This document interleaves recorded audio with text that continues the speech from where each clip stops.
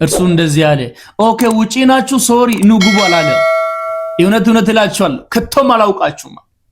የሚገርም ነው። ኢየሱስ አገልግሎ የሄዱትን ከቶም አላውቃችሁም አላውቅም ሊል ይችላል። ኢየሱስ ሽባ ተርትሬ ብዙ አጋንንትን አስወጥተ ብዙ ታምራትን ሰርተ ለሰው ለማመን የሚከብድ ታምርና ድንቅ ብትሰራ እንኳን እግዚአብሔር ሰማይ ስትሄድ ከቶ አላውቅም ሊል ይችላል።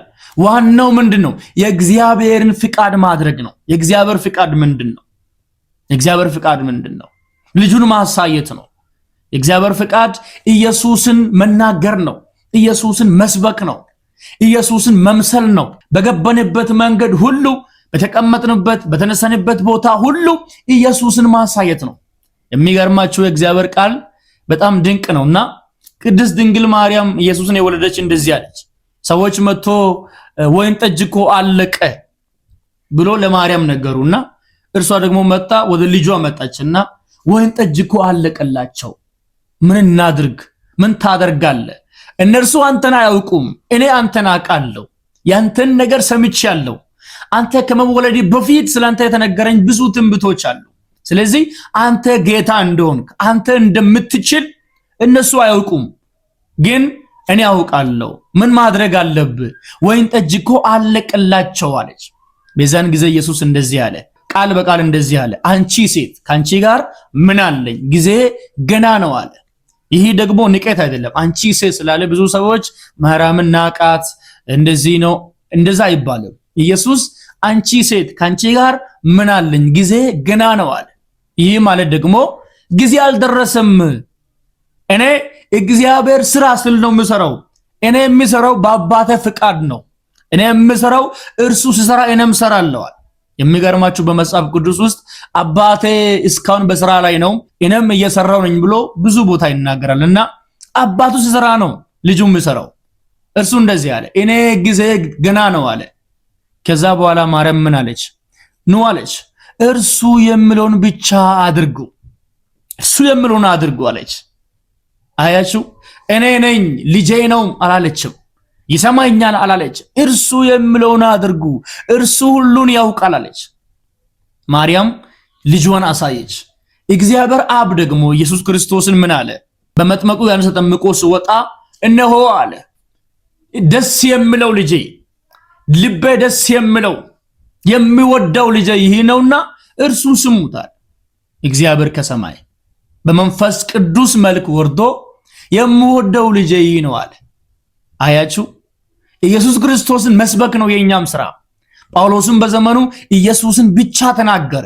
በዚህ መጽሐፍ ቅዱስ ከዘፍጥረት እስከ ራእይ ብዙ ነቢያቶች አሉ፣ ብዙ ቅዱሳን ሰዎች አሉ። እነ አብርሃም ትልቅ ሰው፣ እንደ ይስሐቅ፣ እንደ ያዕቆብ፣ እነ ጳውሎስ፣ እነ ጴጥሮስ፣ እነ ኤልያስ፣ እነ ሙሴ። ሙሴ እኮ እግዚአብሔርን ፊት ለፊት ያያል። ሙሴ የልቤ ሰው አለ እግዚአብሔር። በቤተ ሁሉ የታመነ ሰው አለ እግዚአብሔር። ሙሴ የታመነ ሰው ነው። እግዚአብሔርን ፊት ለፊት ያያል ብሎ የተናገረው ሌላ ሰው አይደለም፣ እግዚአብሔር ራሱ ነው የተናገረው። አያችሁ፣ እንደዚህ እንደ ሙሴ ያሉ ሰዎች ታላላቅ ሰዎች አሉ። ከሰማይ እሳት የሚያወርዱ እነ ኤልያስ አሉ። የተጨነገፈውን ውሃ የሚፈውሱ እነ ኤልሳዕ አሉ። ብዙ ነቢያቶች አሉ። ነገር ግን ይሄ መጽሐፍ ቅዱስ የምናገረው ስለ ሙሴም አይደለም፣ ስለ ኢያሱም አይደለም፣ ስለ አብርሃምም አይደለም። የእምነት አባት ብለን የምንጠራው ሁሉ ጊዜ የምንጠራው አብርሃም አለ። ግን ይሄ መጽሐፍ የምናገረው ስለ አብርሃም አይደለም። ብዙ መላእክቶች አሉ በዚህ መጽሐፍ ቅዱስ ላይ፣ ብዙ ነቢያቶች አሉ።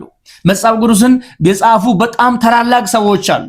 ሐዋርያ ጳውሎስ ዕብራውያን ቀርቶ 13 መጽሐፍ የጻፈ ነው። ዕብራውያን የጻፈው እሱ ከሆነ ደግሞ 14 መጽሐፍ የጻፈ ሰው ነው። ነገር ግን በሁሉም መጽሐፎቹ ላይ እኔ ብሎ አልተናገረም። እኔ ነኝ ብሎ አልተናገረም። ኢየሱስ ይላል፣ አዳኝ ኢየሱስ ይላል፣ አማላጅ ኢየሱስ፣ ጠበቃ ኢየሱስ። አንደኛ ጢሞቴዎስ ለሁለተኛው ምዕራፍ 5 ቁጥር እንደዚህ ይላል፣ አንድ እግዚአብሔር አለና አለ፣ ደግሞም በእግዚአብሔርና በሰው መካከል አንድ አለ፣ እርሱም ሰው የሆነው የእግዚአብሔር ልጅ ኢየሱስ ነው ይላል። ራሱን አይከትም። በዛ ቦታ ማርያም ናት አላለም፣ መላእክቶቹ ናቸው አላለም። አንድ ነው፣ እርሱም ኢየሱስ ነው ይላል። በጻፈባቸው መጽሐፎች በሙሉ ስለ ኢየሱስ ብቻ ይናገራል። ስለዚህ ጳውሎስ እንኳን የምናገረው ስለ ራሱ ሳይሆን ስለ ኢየሱስ ክርስቶስ ነው። የኛ ስራ መሆን የሚገባው ስለ ኢየሱስ መሆን አለበት።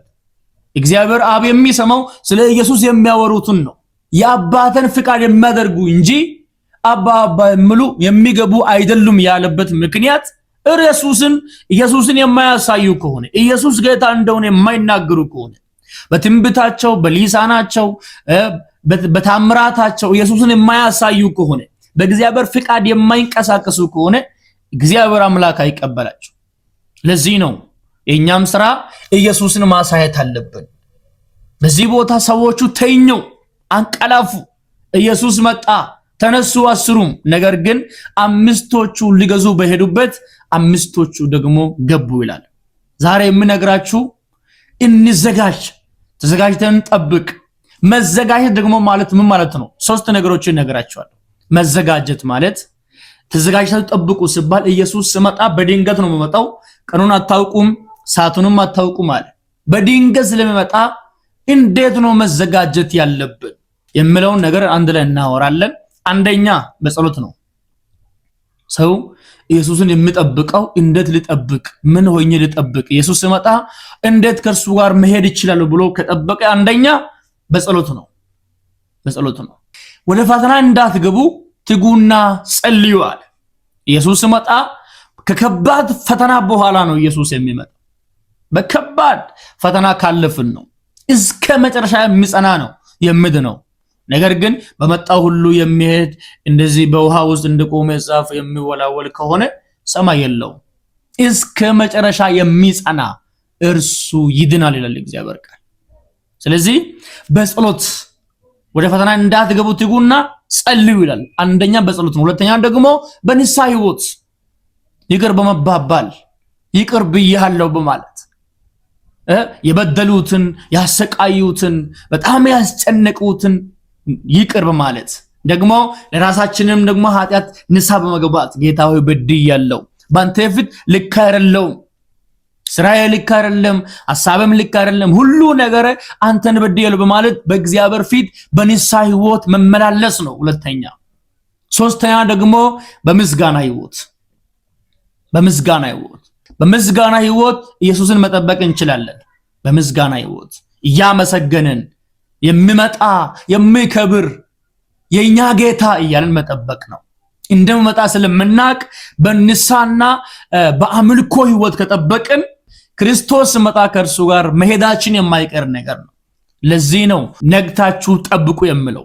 ኢየሱስ ክርስቶስ ቀኑንና ሰዓቱን አታውቁምና እሺ ተነስታችሁ ወይንም ነግታችሁ ጠብቁ ይላል። ኢየሱስ ሲመጣ ለእያንዳንዱ የራሱን ዋጋ ይከፍላል፣ ለእያንዳንዱ የራሱን ስራ ይሰጣል። ስለዚህ ወንድሞቼ በገባንበት በወጣንበት መንገድ ሁሉ ኢየሱስን እንጠብቅ። ለስራ ከምንቸኩል፣ ለቤት ከምንቸኩል፣ ለሀብት ለገንዘብ ከምንቸኩል ሁሉ አስቀድመን የእግዚአብሔርን መንግስት እንፈልግ። አስፈላጊ ነው ገንዘብ፣ በዚህ ምድር ላይ አስፈላጊ ነው ሁሉም ነገር።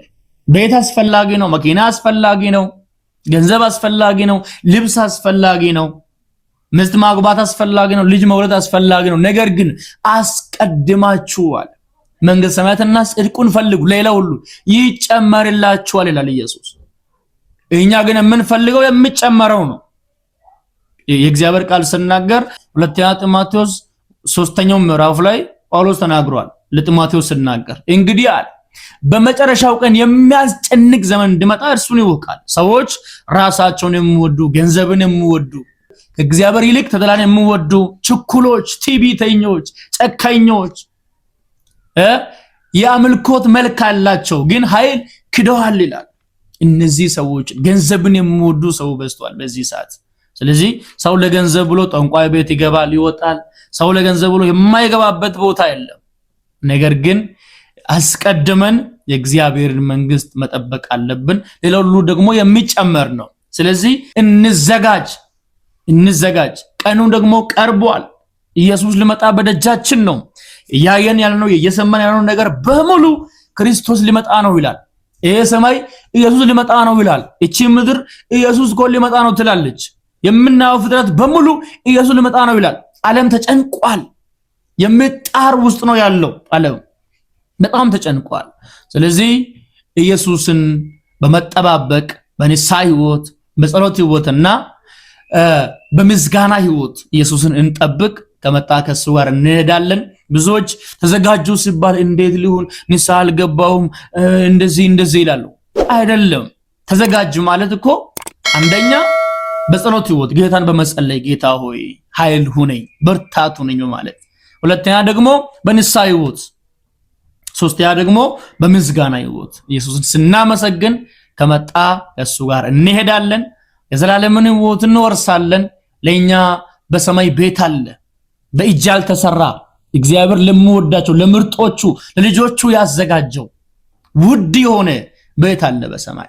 እዚህ ምድር ላይ ያለው ቤት ቢቀርም፣ እዚህ ምድር ላይ ቤት ባይኖርንም፣ በከራይ ቤት ብንኖርም፣ ልብስ፣ ጫማ፣ መኪናዎች ባይኖሩንም እንኳ በሰማይ በእጅ ያልተሰራ ቤት አለ። እግዚአብሔር ለምወዷቸው ለምርጦቹ ያዘጋጀው ቤት አለ። ወደዚህ ቤት ለመግባት ከኛ የምትጠበቀው ተዘጋጅተን መጠበቅ ነው። በጸሎት በንስሐና በምስጋና ህይወት ኢየሱስ ጌታ ነው። ሲመጣ ከሱ ጋር እንሄዳለን። ኢየሱስ ክርስቶስ ይመጣል። እንዘጋጅ። እንደ አምስቶቹ ሰነፎች አንተኛ፣ አንዘነጋ። የሚገባው ነገር ሁሉ በማድረግ የኛ መብራታችን በጸሎት ሞልተን መብራታችን በንስሐ መብራታችን ደግሞ በምስጋና ህይወት ሞልተን እንጠብቅ። ክርስቶስ ከመጣ ከሱ ጋር እንሄዳለን። ኢየሱስ በቅርቡ ይመጣል። እሱ ሲናገር ራእይ መጽሐፍ ላይ 22ኛው ምዕራፍ 12ኛው ቁጥር ላይ እንደዚህ አለ፣ እነሆ በቶሎ ይመጣለሁ፣ ለእያንዳንዱም እንደ ስራው መጠን የከፍል ዘንድ ዋጋዬ ከኔ ጋር ነው አለ። የኛ የሁላችን ዋጋ በእግዚአብሔር እጅ ላይ ነው። ይሄ ዘመን ሊያልቅ ነው፣ ልጠፋ ነው። ቀኑን ባናቅም አንድ ቀን ግን ይመጣል። ሲመጣ ከሱ ጋር ለመነሳት እንዘጋጅ። በዚህ ምድር እንደተሰቃየን እንዳለቀስን አንቀርም። በዚህ ምድር አንኖርም። ሀገራችን በሰማይ ነው። እጅግ አድርጌ ወዳቸዋለሁ። ይሄን ሼር በማድረግ ተባበሩና አሁን ደግሞ ባወራሁት ጉዳይ ላይ ሐሳብ ካለ እንዲሁም ደግሞ ጥያቄም ካለ በሌላ ቪዲዮ ውስጥ አስቀምጡ። በሌላ ቪዲዮ በድጋሚ እንገናኛለን። ሁላችሁንም እጅግ አድርጌ ወዳቸዋለሁ። ሻሎም